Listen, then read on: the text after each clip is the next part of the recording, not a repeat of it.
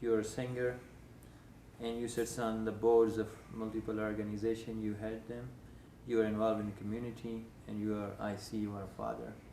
You're a husband, and you run a house. So, how you do that? It took millions of years Mm-hmm. to make who I am. Oh. It took Scientific. millions of years for everything to go perfectly Mm-hmm. for me to become who I am. Mm-hmm. And if I leave this earth without giving my 100% potential, I wasted all that energy before me. So I take that into account. Mm-hmm. I sleep on time, that's fine. I don't stay up all night. I tend to prioritize my life. And the biggest contribution in my life is my brother, who is my perfect partner when it comes to businesses. Okay. And he gives me the opportunity, and I give him that opportunity to be able to do the things that you mentioned. Great. You're a very good example of a success story of a Pakistani doctor, or say just a Pakistani in America. What would you tell those Pakistanis who wish to come to America or who are already in America? That what makes a success story? One thing I always say is that you should not try to go for shortcuts. And the other thing is that every person can do something very good. Mm-hmm. The bottom line is no matter what you do, whether you're washing dishes or you're on the top chain of command of any organization, do the right thing. Do the right thing over and over again. Mm-hmm. Success will follow. If you run after success, it runs away from you. So be honest to what you do and always try to find opportunities in simple things in life. There's an opportunity in everything. You just have to find it. Slightly now moving to, you have interaction with the Pakistani community in New York and the places you lived in Idaho and many places. Do you think the Pakistani community, and for I would say the Pashtuns who come from Afghanistan and from that part of Pakistan, what they need to do to be successful in America, and at some point I see a wrong image, a negative image, or not the one it should be among them. What do you tell them and how they can be? I tell people, I'll tell my Pashtun brothers and sisters. Mm-hmm. My mother is a Pathan. I'm very much a Pathan. At times, I turn into a Pathan too. You look like the I look as much Pathan as possible, and I would recommend to people to look at the world Mm-hmm. from the eyes that they would like to Mm-hmm. be seen themselves.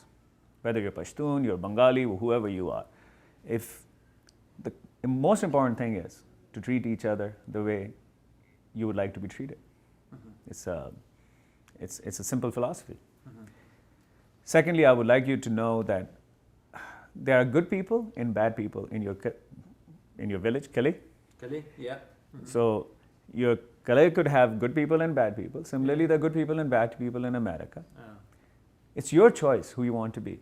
You want to be one of the good people, you want to be one of the bad people. I choose to be a good person. Good person. And you should choose to be a good person and see this country or any country you're in. You don't have to be in America really. But if you are in this country, do good deeds, give back to your community. Don't close yourself into your small villages within this country. Go out, meet your neighbors, whether they are Goras or non-Goras, Christians or Jews or anybody. Go and see them and talk to them, learn something from them, maybe share something about yourself with them, and maybe leave a better lasting impact. Little bit deeper on the question, you are putting an example for them as a success story, but inside Pakistan you might be following this circumstances, the situation lately, what is happening out in the society, and keep aside the political terms if you don't want to speak on that. What is the biggest challenge there for those people, and what do you suggest them to come out of there? Is it the education, or is it the opening, the tolerance, Or what do you see? The problem I saw when I went to Pakistan was the tolerance of people who are, we call modern Yeah. or liberal in this country. But in Pakistani means an atheist is a liberal. So I mean, No, so- but the tolerance of liberals towards those who decide to be conservative is waning. People are not tolerating, the liberals are not tolerating the conservatives, They are. and the conservatives are not tolerating the liberals. Nobody has tolerance for each other. That is the crux of a society's failure. You have to be able to listen to each other, to hear each other's point of view, and disagree with it. I mean, giving the example of the Prophet himself, do you think he always heard things that people were nice to him all the time? No. No. So, if he had that patience, you should have that patience. If religion is what you based on that. But the simplest idea that I give everybody is cleanliness.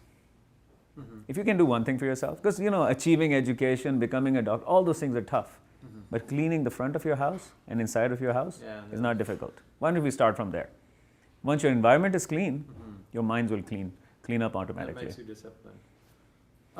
Somebody said recently in one of the inaugurations, somebody commented that if you want to do one good thing any day, start your day by making your own bed. Oh. That not only gives you the success that you achieve something perfect, and that probably leads to a better day. Correct. And just to build a little bit on the intolerance in Pakistani society, you live there. You come back and forth often, and you compare the time you were there. You grew up on the streets in Peshawar and Karachi, how they look like and how they are now. Do you think that extremism, and I would say armed extremism, for that reason, has increased in Pakistan, and it is hitting the roots of the society?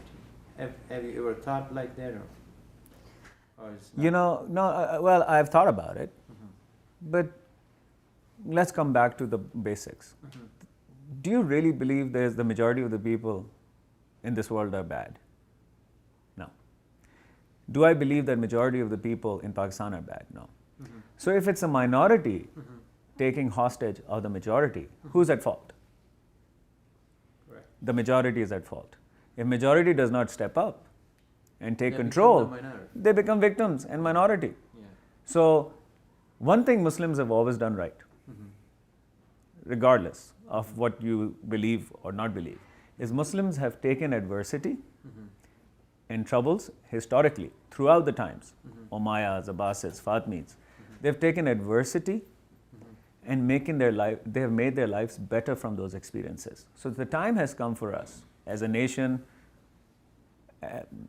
all over, whether you're an Afghani, you're Pashtun, you're whoever, is to make sure that you make yourself better from the adversity that has fallen upon you. Okay, and last two questions. The community, Pakistani, the Pashtun community, do you think they have really find the space in America they deserve, or they need to do more? I know very successful Pashtuns in this country. I won't take a name, okay? But there's an example. There's an example of a Pashtun brother of mine, an Afghan, who lived in Hayatabad in a camp in the 1980s. He got out of that camp, ultimately made his way to America. He is one of the most successful fashion designers of this country. Everybody knows him, big and famous people. He's a Pathan. He's a Pashtun rather, I should say. Pashtun, thank He is a Pashtun, and he speaks Dari, he speaks Pashto, he speaks all of those languages, and he is very successful. And you know what? He didn't even go to high school. That's amazing, yeah. And he used to sell those, you remember, those shampoos in Hayatabad. And you know how he learned to speak English? By talking to the clients who used to come to buy that stuff. Okay. So, human beings are smart, but Pashtuns, They're the smartest people in the world. First of all, my mother is a Pashtun. If I say anything bad about her, I'm going to get beaten up. Oh, no, but you must be... But I'm telling you the truth. Smartest people on earth. And they should just put their energies into doing the right thing. Education, I'm sure, will be very important. Okay. Last question comes. What vision do you have for the Pakistani, the Pashtun community in America? This convinces me that you brings a lot of experience in this field now. You look like not only a community leader, but on many fronts you lead the process, which need to be taken forward. What is your vision? If you draw the bigger details and outline the process there, what they need to do. Number 1, 2, 3. I want you very precise. Number 1, and most important, whether you're Pashtun, Pakistani, Sindhi, Balochi, whoever, be proud of yourself. Don't be ashamed of your origins. Okay. Be proud of it.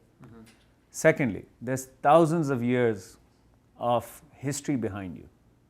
Utilize it. If it's that history, that evolution has made you very strong. Those Afghan brothers and sisters of ours have gone through years of misery, wars on top of wars, right? But they succeeded. There are people, they survived. Nothing comes easy. Nothing comes easy. Utilize that negativity. My mother, who's a Pathan, always said one thing very smart. She always told me that you take your anger, and we Pashtuns have a lot of anger. We know that. You take your anger and put it to your books. Yeah. Or put it to whatever good you're doing. Another thing, wherever you are, give back to the community. Not just the Muslims. Yeah, give it to everybody. Any community where you live. Give back to your community, go contact them. When people will get to know you, there are millions of Rahims out there that never get picked up because they hide in their own community. Okay. And be nice to everyone. Correct. It's very simple. And how he achieved all this. So, thank you very much for your time. Well, I appreciate it. Thank you for having me.